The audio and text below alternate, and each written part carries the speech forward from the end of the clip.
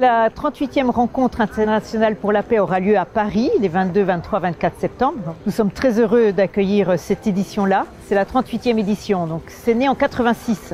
Les Nations Unies avaient décrété cette année Année mondiale de la paix.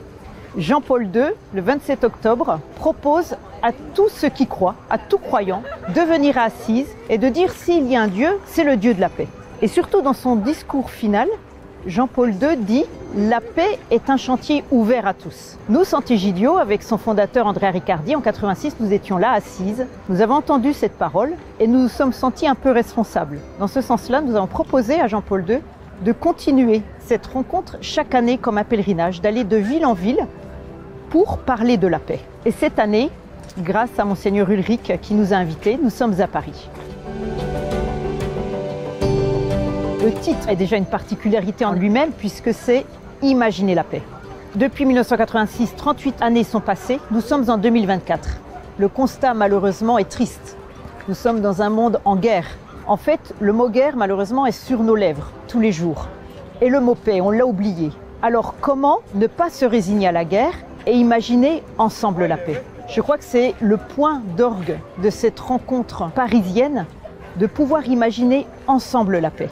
Et de continuer cette culture pour la paix, de la faire revivre. Parce qu'à l'Assemblée inaugurale, par exemple, nous aurons Andrea Riccardi, fondateur de Sant'Egidio, le président de la République Emmanuel Macron, mais aussi Amin Malouf, le secrétaire perpétuel de l'Académie française. Donc l'idée de cette édition aussi est d'inviter de grandes personnalités qui depuis des années travaillent pour la paix. L'Assemblée inaugurale aura lieu au Palais des Congrès le dimanche 22 septembre et puis le 23 et 24 septembre, il y aura 21 tables rondes dans des lieux différents. Et puis, mardi après-midi, chaque religion se retrouvera dans son lieu de culte pour prier pour la paix. Puisqu'ensuite, ce sera comme un cortège, tout le monde s'avancera sur le parvis de la place Notre-Dame et nous aurons l'appel pour la paix lancé. Il y aura le message du pape François qui sera remis aux enfants de l'école de la paix et ensuite ces mêmes enfants remettront ce message aux autorités de la société civile, des ambassadeurs, des maires, des sénateurs, des députés.